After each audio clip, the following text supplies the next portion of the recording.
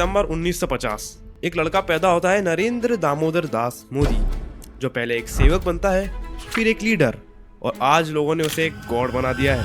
वो भगवान है हमारे, हम उनकी पूजा करते हैं। हमारा तो भगवान है मोदी। अरे हमारे देश के भगवान नरेंद्र मोदी जी ने लिविंग गॉड है वो, लिविंग गॉड।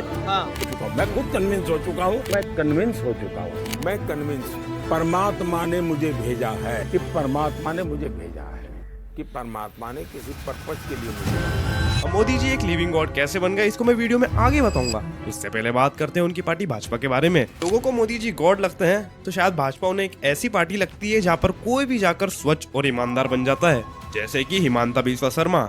जब कांग्रेस में थे तो करप्शन के भारी केस, फिर जब बीजेपी में आया तो एकदम साफ और स्वच्छ नेता बन गए, ऐसा लगा किसी ने मुंह पर टाइट मार दिया हो। जब ये कांग्रेस में थे तो ये राहुल गांधी को आने वाला पीएम बोलते थे। हिमंता बिस्वा शर्मा ने ट्वीट किया था, उसमें आपने लिखा था Rahul Gandhi will be prime minister of India in appropriate time. लेकिन फिर ये भाजपा में आने के बाद राहुल गांधी को मोस्ट मॉरली करप्टेड बोलने लग गए। Rahul Gandhi is morally so corrupt. और जो बीजेपी पहले बिस्वा शर्मा के ऊपर आरोप लगाती थी, वही बीजेपी उनके बीजेपी में आने के बाद उनको क्लीन चिट कैसे दे दिया, ये बताने से कतराने लग गई। चलो भैया जी, मैं जवाब देना नहीं चाहता इसका, इस तरह से क्वेश्चन नहीं करते। और भी नेता है जैसे मुकुल रॉय स्कैम के एलिगेशन, शुवेंदु अधिकारी स्कैम के एलिगेशन, अजीत पवार 70,000 करोड़ के इरिगेशन प्रोजेक्ट के ऊपर आरोप। और इन सब में एक बात कॉमन है, कमल की वॉशिंग मशीन चली और एक ईमानदार और साफ नेता बाहर निकल कर आ गया। लेकिन अब बिलीफ सिस्टम को छोड़कर बिलीवर्स की बात करते हैं, जिन्हें लगता है मोदी जी कुछ भी कर सकते हैं। जैसे कि रशिया और यूक्रेन का वॉर कौन रुकवाएगा? यूक्रेन और रशिया का युद्ध कौन रुकवाएगा? मोदी जी रुकवाएंगे। डोनाल्ड ट्रंप को कौन जितवाएगा? डोनाल्ड ट्रंप को कौन जितवाएगा? मोदी जी जितवाएंगे। रशिया में डेमोक्रेसी कौन लाएगा? रशिया में डेमोक्रेसी कौन लाएगा? मोदी जी लाएंगे। इनसे अगर पूछा जाए कि बीजेपी का फुल फॉर्म क्या है तो वो इन्हें नहीं आता।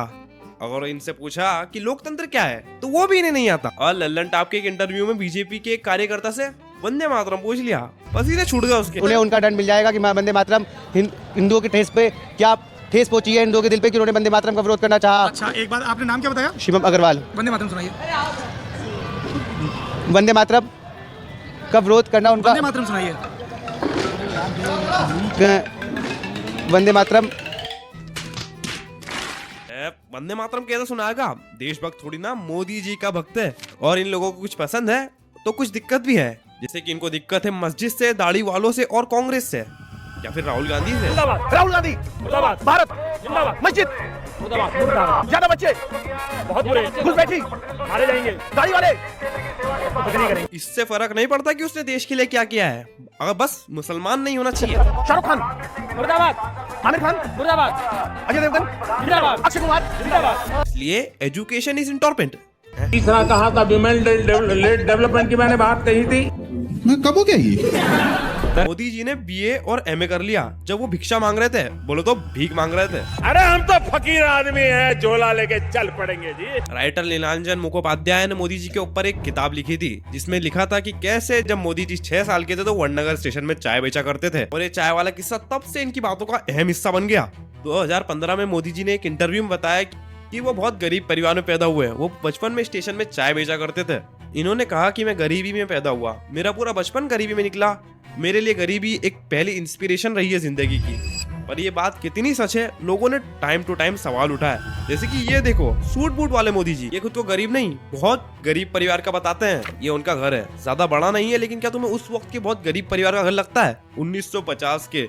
उनके पिता ने पूरी जिंदगी चाय बेची, 5 भाई और एक बहन को बड़ा किया, इसलिए उनको चाय बेचने वाला नहीं, चाय बेचने वाले का बेटा कहना चाहिए। ये पत्रकारों की गलती है। सब भाइयों ने चाय बेची है, मेरे पिता ने पूरी जिंदगी चाय बेची, पूरी जिंदगी। इसीलिए कहा जाए तो चाय बेचने वाले का बेटा कहना चाहिए, चाय बेचने वाला नहीं कहना चाहिए। ये पत्रकारों की गलती है।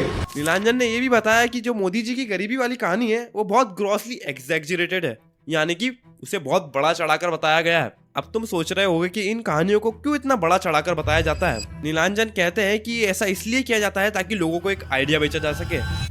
मित्रों, मैं बचपन में रेल के डिब्बे में चाय बेचता था और आज आपके सामने खड़ा। फरवरी 2020 में गुजरात में नमस्ते ट्रंप नाम का एक इवेंट हुआ था, जिसमें गरीबों को छुपाने के लिए 1600 फुट लंबी दीवार बनाई गई थी। अब 1995 से लेकर 2020 पूरे 25 साल गुजरात में बीजेपी की सरकार थी, जिसमें से 3 बार तो मोदी जी खुद सीएम थे। लेकिन इनसे गरीबी खत्म नहीं हुई, उल्टा गरीबों को छुपाने लग गए। सीधा कहते हैं कि यहाँ से जाओ, उस गरीब को तो भगा सकते हो, उस अमीर को भगा के देखो ना। इस सब के चलते मोदी जी की जो गरीब परिवार वाली ब्रांडिंग थी वो लगभग अब खत्म हो चुकी है, लेकिन ये उनकी कल्ट ऑफ पर्सनालिटी का सिर्फ एक हिस्सा है। दूसरा पत्ता ये आता है कि उन्होंने अपने परिवार को और अपनी पत्नी को देश के लिए छोड़ दिया। वैसे ये कोई बड़ी बात नहीं, किसी पति पत्नी में ना मन है, लेकिन व्हाट्सएप और गोदी मीडिया इसको एक अचीवमेंट की तरह दिखाते हैं। और दूसरों की तो छोड़ो, मोदी जी खुद कई बार ये बोलते हैं, मेरे देशवासियों, मैंने घर, परिवार, सब कुछ देश के लिए छोड़ा है। और पंजाब केसरी अखबार ने तो मोदी जी की तुलना भगवान बुद्ध से कर दी। इन लोगों से मैं पूछना चाहता हूँ, क्या कभी भगवान बुद्ध ने अपने परिवार को छोड़कर ऐसे बयान दिए? सम्माननीय आदरणीय दीदी, आदरणीय दीदी, ओ दीदी। किसी औरत को कांग्रेस का विधवा कहा, 50 करोड़ की गर्लफ्रेंड बोलकर भी इज्जत ही करी। अब प्रधानमंत्री मोदी जी का इंस्टाग्राम अकाउंट देखो जरा, प्रियंका चोपड़ा और निक जोनस की शादी में गए, उन्हें बधाई दे रहे हैं। विराट कोहली, अनुष्का शर्मा उनकी शादी में पहुंचकर उन्हें बधाई दे रहे हैं। मलयालम एक्टर सुरेश गोपी की शादी में पहुंच गए। मुकेश अंबानी ने हॉस्पिटल बनाया तो वहाँ बधाई देने पहुंच गए। गौतम अडानी के बेटे करण की एंगेजमेंट सेरेमनी को अटेंड किया। सेलिब्रिटीज और बड़े सेठों के यहाँ जाने का इनके पास बहुत टाइम है, हालांकि इनकी मर्जी जाए या न जाए, लेकिन क्या सिर्फ अपने परिवार को छोड़ना पड़ता है देश की सेवा करने के लिए? अक्टूबर 2023 मोदी परिवार अपने भतीजे की शादी के लिए इकट्ठा हो रहा था, लेकिन वहाँ पर सिर्फ एक इंसान गायब था, नरेंद्र मोदी। नोटबंदी के वक्त अपनी मां को लाइन में खड़ा कर दिया।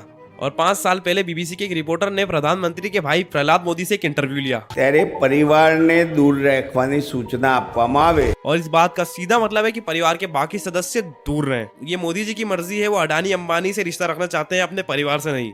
लेकिन इस बात को एक अचीवमेंट की तरह को दिखाया जाता है कि मोदी जी ने परिवार को छोड़ दिया देश की सेवा के लिए। इसका साइड इफेक्ट यह है कि बहुत से हिंदू युवा ब्रेन वॉश हो चुके हैं। उन्हें ये चाहिए कि वो पढ़े लिखे, काम धंधे पर फोकस करे और अपने परिवार की सेवा करे, लेकिन युवा की हालत ये हो चुकी है कि वो मस्जिद के बाहर तलवार लेके खड़ा है। वो अपने परिवार से कोई मतलब नहीं है। और उनकी कल्ट ऑफ पर्सनालिटी का तीसरा हिस्सा ये आता है फकीरी, भीख। मोदी जी कहते हैं उन्होंने भीख मांग कर गुजारा किया, कभी 35 साल, कभी 40 साल। वो तो बोलने में ऊपर नीचे हो जाता है। करीब 40 साल मैंने भिक्षा मांग करके खाया है। मैं 35 साल तक भिक्षा मांग करके खाया। और ये एमएलए बने पहली बार 2002 में, तब इनकी उम्र होगी कुछ 52, लेकिन पता नहीं उसके पहले ही इन्होंने 90s में फॉरेन टूर कर लिया, विदेश चल गए। विदेश ये देखो, आईफिल टावर के सामने चमचमा रहे हैं, व्हाइट हाउस के सामने पोज दे रहे हैं, हॉलीवुड के सामने, लंदन गए, मलेशिया गए। क्या 40 साल भीख मांगकर इतना पैसा कमाया जा सकता है कि वो फॉरेन टूर कर ले, वो भी 90s में? और साथ में इन्होंने बीए और एमए की डिग्री भी कर ली। ये कैसे हुआ? साल 1990 में दुनिया का पहला डिजिटल कैमरा लॉन्च हो रहा था यूएस में, लेकिन मोदी जी ने उससे पहले ही डिजिटल कैमरा ले लिया।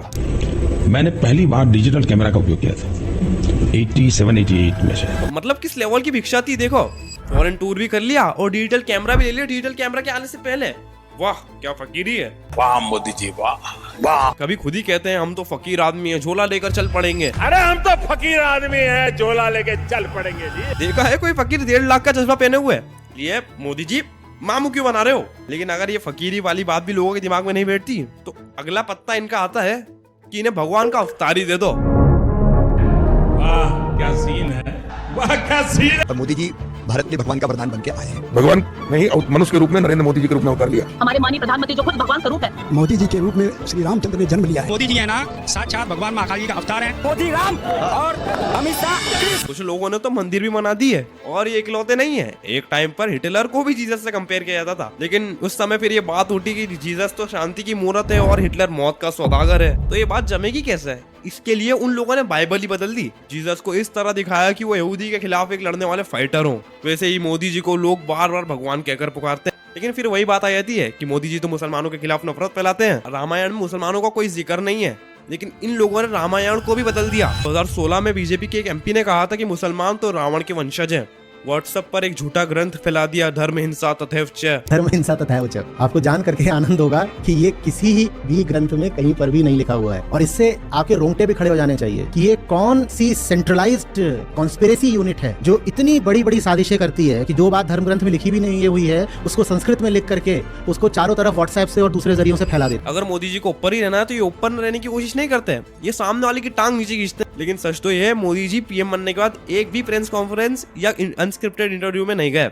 पर राहुल गांधी ने बहुत से अनस्क्रिप्टेड इंटरव्यूज किए हैं। सामने वाले की छोटी गलती पर उन्हें पप्पू बना देना। पर मोदी जी वही हैं जो नाले से निकलने वाली गैस से चाय बनाने की बात करते हैं। कहते हैं कि पसीने से मुंह पोंछ लेता था तो ग्लो आ जाता था। कभी क्लाइमेट चेंज को गलत बता देते हैं। कहते हैं कि गर्मी नहीं बढ़ रही बल्कि हमारी गर्मी सहने की शक्ति कम हो रही है। ऐसी गलती किसी से भी हो सकती है, लेकिन दूसरों को पप्पू बोलने से पहले अपने आप को भी देखना पड़ता है। पप्पू को हारने का डर लग रहा है, पप्पू को नहीं बनाएंगे। उनका लिविंग गॉड बनने का सबसे बड़ा कार्ड ये है कि हर जगह अपने पोस्टर लगा दो।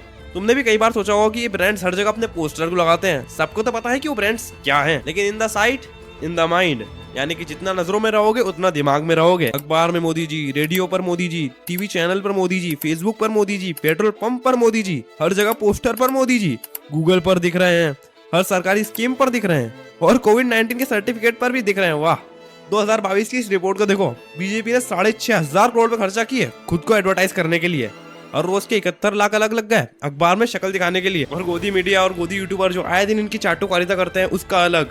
लेकिन इस ब्रेन वॉशिंग के पीछे सबसे बड़ा हाथ है व्हाट्सएप का।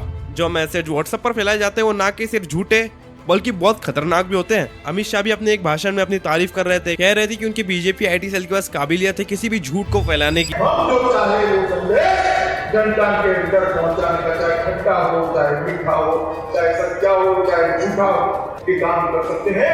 मगर वो इसलिए हो पाया कि हम 32 लाख व्हाट्सएप का एक ग्रुप बनाकर खड़े थे, तब जाकर व्हाट्सएप माफिया मेनली इन 4 डिपार्टमेंट से ब्रेन वॉश करता है। पहला डिपार्टमेंट रेशियल या रिलीजियस प्राइड। किसी आम आदमी को बहकाने के लिए शुरू से ही नफरत भरे मैसेजेस काम नहीं करेंगे। शुरू के मैसेजेस प्राइड पर फोकस करेंगे ताकि तुम इनके जाल में फंस सको। तुम्हें एहसास दिलाया जाएगा कि तुम्हें अपनी नस्ल पर गर्व होना चाहिए। दूसरा डिपार्टमेंट विक्टिमाइजेशन। एक बार जब तुम्हें प्राइड से नहला दिया जाएगा उसके बाद तुम्हें बनाया जाएगा विक्टिम। ऐसे मैसेजेस आते हैं जिसमें बताया जाता है कि देखो हम पर सालों से अत्याचार हो रहे हैं, ये देखो हम कितने बड़े विक्टिम हैं। एक बार तुम इसमें विश्वास करने लग गए फिर अगला डिपार्टमेंट आता है यू आर इन डेंजर। पर ना सिर्फ सदियों से अत्याचार हो रहे हैं बल्कि तुम आज भी खतरे में हो। ये देखो ये हमें घर में घुसकर मार देंगे, ये देखो कैसे साधुओं को मार दिया, तुमको भी मार देंगे। और कौन है ये लोग जो तुम्हारे पीछे पड़े हैं? ये मुसलमान है, क्रिश्चियंस है, खालिस्तानी है और जो आदमी एंटी बीजेपी है वो सब इनके साथ में मिले हुए हैं। और जब ये डर तुम्हारे अंदर भर दिया जाएगा उसके बाद तुमको बचाना आएगा department number 4 the cult of Modi. कौन बचाएगा तुमको? मोदी जी बचाएंगे। मोदी जी हमारे सेवियर, हमारे लॉर्ड। व्हाट्सएप मैसेजेस के थ्रू तुमको ये बताया जाएगा कि देखो मोदी स्वयं भगवान का अवतार है। किसी भी इलेक्शन से पहले तीसरा और चौथा डिपार्टमेंट सबसे ज्यादा एक्टिव होता है। धड़ाधड़ मैसेजेस आते हैं कि अगर हिंदुओं को बचाना है तो मोदी जी को वोट दो, कमल पर अमल करो। खैर शेयर करो इस वीडियो को अपने अंधभक्त दोस्तों के साथ और लाइक करो, सब्सक्राइब करो। और एक बात और, इमरजेंसी के जमाने में मैंने एक मर्तबा ये कह दिया था कि सरकार चोर है, तो दूसरे दिन पुलिस स्टेशन पर मुझे बुला लिया गया। अफसर ने मुझसे पूछा कि आपने रात मुशायरे में ये कहा है कि सरकार चोर है।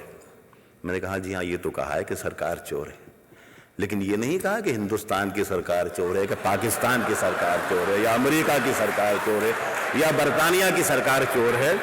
तो वो अफसर ने मुझे देख के अफसर मुस्कुराया और कहा कि अच्छा आप हमें बेवकूफ भी समझते हैं क्या? हमें मालूम नहीं कि सरकार कहाँ की चोर है?